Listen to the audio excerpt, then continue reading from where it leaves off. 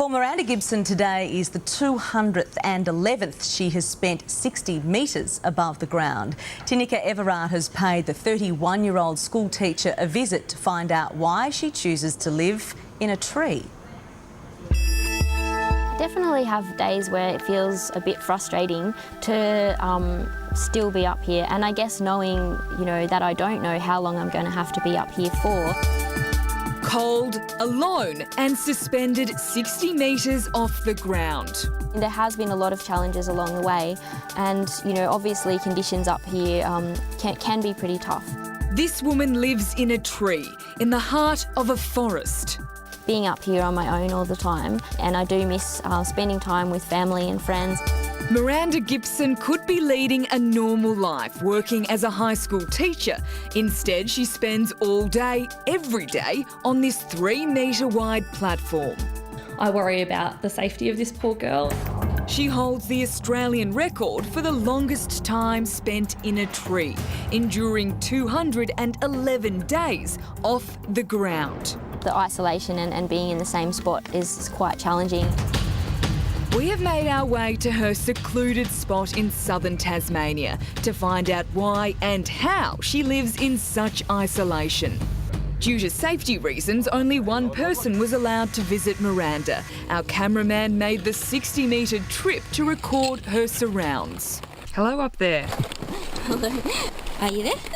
Without having any human contact up there, you must get lonely. Yeah, it can feel a little bit lonely because I don't have many, face-to-face contact. Luckily, she gets some comfort through technology. I've got my phone and my computer up here charged by a solar panel, so it means that I can actually spend quite a lot of time throughout the day communicating with people around the world. The nitty-gritty of living in a treehouse isn't so comforting. I managed to have a bath with a little bucket of water and a washer, although it's often not particularly pleasant because it's quite cold up here. But a lot of people ask me about the bathroom, and I guess I have a kind of composting toilet system and get that sent away to be disposed of.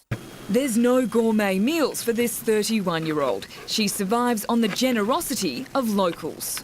I do often have people coming down to the base of the tree and cooking food for me. Living in a forest is not without its dangers. This tree is at least 400 years old. It could be rotting inside and you wouldn't even know it. All it would take is a giant gust of wind and the top of this tree could snap off. Trees do blow over. But the risk is worth it for Miranda. The whole reason she's doing this is to stop the logging of high conservation forests. I really want to stay up here and be able to show people how important these forests are, and that way, the more people that kind of find out and the more people that get on board, then the sooner we will be to protecting these forests. And by saving this tree, she's protecting the wildlife which surrounds it. And what we found is a lot of healthy Tasmanian devils. In fact, just at the base of my tree. The big problem with things like this can be that you start to focus on the stunt more than you do on the cause. Managing editor of Mamma Mia, Jamila Rizvi, believes this form of extreme protest often backfires. Government will pay attention because it's in the papers, but they won't necessarily be taking action on the cause if it's not something people care about. That's an outcome some industry heavyweights are relying on. David Brown from Forestries Tasmania says without logging, the economy will suffer. The families that currently depend on those industries for their livelihood. But Miranda won't be coming down without a fight. I'm definitely committed to staying up here for however long it takes.